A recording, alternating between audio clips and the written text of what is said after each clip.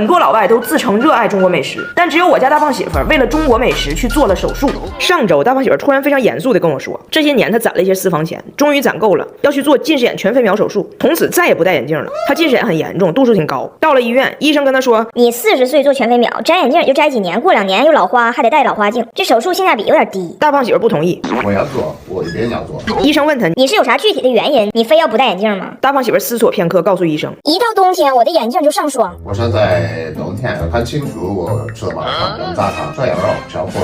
医生也惊了，从业这些年没听到过这种手术理由。医生心里想问他，除了吃还有别的原因吗？医生就问他，那别的呢？大胖媳妇说，别的还有铁不炖。我赶紧打断，我说那玩意儿你看不看得清能咋的呀？大胖媳妇说，你比如说一口麻辣烫，几成汤几成粉，几片肥牛一下嘴，这它是有一个完美的配比的。我眼镜上霜看不清，就只能瞎扒了，都白瞎这些饕餮盛宴了。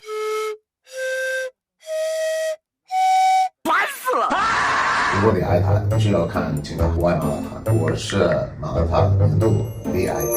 临走之前，医生让我们再考虑考虑，感觉呢做不做都行。大胖媳妇琢磨了一下，她觉得上一个医生说没有必要做，肯定是因为我偷偷跟医生蛐啥了。第二天我们换了家医院，她志在必得，一定要说服这个医生给她做。谁能想到一来这儿，检查出来了更严重的病。我本来连庆祝礼物都给她买好了，三星 Z Fold 7，这可是她一直想要的折叠屏手机，又轻又薄，展开还是看剧办公都超爽的8.0英寸大屏，多任务处理轻松搞定，2亿像素主摄，拍啥都那么清晰。要是不做手术，看不清这么清晰的画面，那真是白瞎。到了第二家医院，医生刚给她检查完，还没等医生说话呢，她掏出了一封自己写的信，给医生读了起来。亲爱的医生同事，自从我来到中国，没吃过一个明白的冬天的饭，有中国话说的话，你是每天我会心你帮帮我，谢谢。医生听完都感动了，但还是告诉他，全飞秒的事咱先不说，我刚才给你检查的时候发现你可是有白内障，你晶体浑浊，你这个看不清也不光是近视眼的事儿。手术做之前，你先去咨询一下白内障的医生。我们就又去看白内障了。看白内障的诊室要先给他测血压，一测血压给护士下一句灵。医生说，就他这个血压的危险程度，我认为你们现在关注重点不应该在眼睛上。你现在的问题不是眼睛要清晰，是眼睛要闭上啊。人大胖媳妇根本没看自己血压，还在那美滋滋想血肠呢，跟我说等我做完手术能看清的，我第一件事就要去喝一碗超清画质4K 的羊杂汤。医生这边跟我说，他要想活着，以后高油高盐内脏类的再也别碰了。3天之后，我们如约做了全飞秒的手术。大胖媳妇做完手术的第1秒，就无比清晰的看到了我狰狞的面容。我告诉他，从此刻开始，我们要治高血压了。大胖媳妇终于体会到了清晰看到食物的感觉，看到的全是4K 的西兰花。真香。爸爸，你到底为什么要做这个手术啊？以前爸爸吃东西的时候会冒热气，爸爸就会看不清。你试试玩儿，也不冒险，也不冒险，拔人一碗。你眼睛现在都能看清了，完你闭眼吃饭，你有不用？那我妈的钱是大灯管来的呀啊！大灯管来的呀啊！出来了，你瞅整的这个大人，他去取钱去了。我爸在网上看到了一些不实信息，一些短视频，说人类要面临灭顶之灾，世界要发生一些大事儿，然后告诉他今天下班你必须去 ATM 把你的工资卡里所有现金都取出来。他也不知道咋回事，根本没听明白，就是以为我爸摊上什么大事要急用钱，要见他老丈人，把工资卡里所有钱都取出来。我爸说所有钱都取出来，然后这些取出来，你看我看，他全取出来了。都700呀，都700呀！我爸呀，最近刷到了一些没有依据的夸张叙事的短视频，说世界要有大灾大难，要赶紧做出未雨绸缪的准备。然后我爸买了很多那种军用的压缩饼干、方便面等等物资，然后自己还取出来一堆现金藏小匣里了，还告诉大胖媳妇今天下班一定要把自己工资卡里的现金都取出来。大胖媳妇根本没明白咋回事，我爸让他把所有资产转移出来，他就转移出来了。回来他就跟我说，他说我跟你说实话，最近你爸不太正常，买干粮、取钱、整理重要证件。他虽然不跟我明说，但是我也不傻。综上所述，谁还猜不出来他这是犯了什么事儿了？要逃逸。今天还跟我说让我把钱都取出来买金条，我这都取出来了，我油条都买不了几根，还买金条。但是你说老丈人张嘴了，我也得借呀。但是我跟你说，你趁早你得跟他唠唠。你看他这些准备，那可是要跑挺远呢。你告诉他，准备的再充分，那天网恢恢，疏而不漏。我的建议还是自首。我就把误会跟他解释了一下，他说啊，他不逃逸啊，那储藏间的东西都是他买了避难用的，那有些东西很不合理呀。你看这排蜡烛是世界末日的时候给早达写作业用的吗？这倒还好。你看这几本明显给张大铁准备的英语练习册，这个怎么解释？外边惊涛浪，地动山摇，那不正是张大铁学英语的好时候吗？平时还静不下来心。我俩呀，就这一晚上搁那劝我爸。大胖姐说：“爸呀，你不能听那些短视频博主说啥就是啥，那短视频张口就来，那张彩玲天天在视频里还说我傻了吧唧。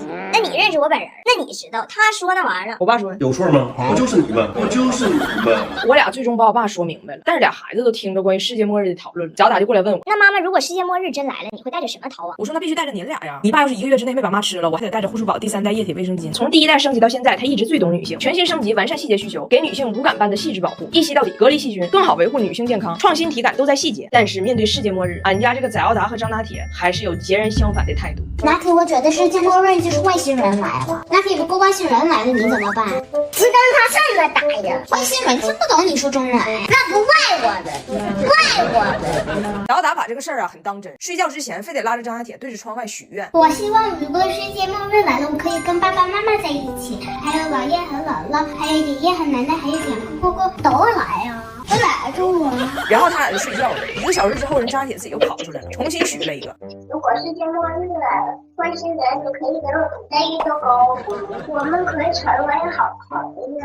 你别跟我2分英语，温迪呀还是走了，因为他老头布莱恩要做个手术。但是温迪这次来呢，他压根就不想走，就想留着给我带孩子。我还给他发工资了。我说这是你温迪作为艺人的应得片酬。温迪还问我，你说我这个艺人，我到底做了什么，让大家觉得我就如此特别？我说你这个艺人，你什么都不要做，你就做你自己，做你自己。所以人温迪在这又当奶奶又当艺人，非常爽。布莱恩说，那我要做手术了，你不觉得你应该回来照顾我吗？温迪也舍不得走，布莱恩就逼着温迪让他背诵婚礼誓词。温迪搁那儿，不管贫穷富有，不管健康疾病，我都对你不离不弃。布莱恩说，那你赶紧回来呀。温迪说，我现在在境外，我不属于基督教管辖区。布莱恩说，你在哪儿关于婚姻的理解也大差不差吧？那你告诉我，在婚姻中一方有难，另一方到底应该怎么做？中国人怎么说？温迪问我爸，我爸说，夫妻本是同林鸟，大难临头各自飞。温迪问大胖媳妇咋翻译，大胖媳妇说 Marriage is two birds, one die, one fly。但是温迪最后还是遵守了关于婚姻的诺言，回去了。温迪走之后，我们家每一个人都有不一样的反应。载奥达就是难过伤心，张大铁呢也装伤心。载奥达的伤心久久不能平复，张大铁的伤心全是人情世故。对张大铁来说，他最解脱的事儿是他终于可以不拥抱了。温迪在的时候，见面就拥抱，分开还拥抱，下楼买个西红柿，手上起个稻香刺都得抱，给我爸抱的。我爸跟张大铁说，你说你奶是不是开出版社呀？那都不是日报，是晨报加晚报。他去趟北京三里屯逛一天，我以为今天不报了，结果晚上6点横穿北京城，回到家给我一个都市晚报。都市晚报不是不报，时辰未到这么个人。那温迪在的时候，张大铁也得配合他，一报还一报的。现在温迪走了，那张大铁可扯不了这个。咱俩先走了，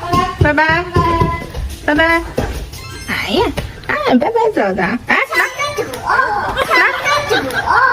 我爸的反应呢，就是和大胖媳妇一起策划了一个全头宴。因为温迪在的时候不让吃动物脑袋，不让看动物眼睛，还不能吃他认为可爱的小动物。现在温迪走了，我爸和 Jamie 整这个大宴，叫出头之日。扬头，这是镜头，来，咱们大快朵颐啊！满意，吃鱼头，吃鱼头。温迪要是在，他肯定只吃干巴面包。温迪的干巴面包不止费拿铁，还费番茄酱呢，吃啥都得蘸点。幸亏我家常备味好美番茄沙司，一瓶含10个番茄，浓郁番茄味，酸甜可口，全家都爱吃，零添加，配方干净，是我家佐餐首选。挤一挤不怕孩子们剩饭，真省心。大胖媳妇在他妈离开之后，抱着100多个裤衩子发呆。我说咋的了？他说我当年离开加拿大的时候，我妈给我买了20个裤衩子给我送行。后来每次我妈来中国，每次给我带的礼物没有别的，都是20个裤衩子，20个裤衩子。他不说他自己抠，他说他心疼他儿子胖，穿衣服磨裆费裆。大胖媳妇一边看着手机里他妈妈的影像资料，一边看着面前这一批7、8年前的老裤衩子，说这让我想起了一首中文歌，当你老了。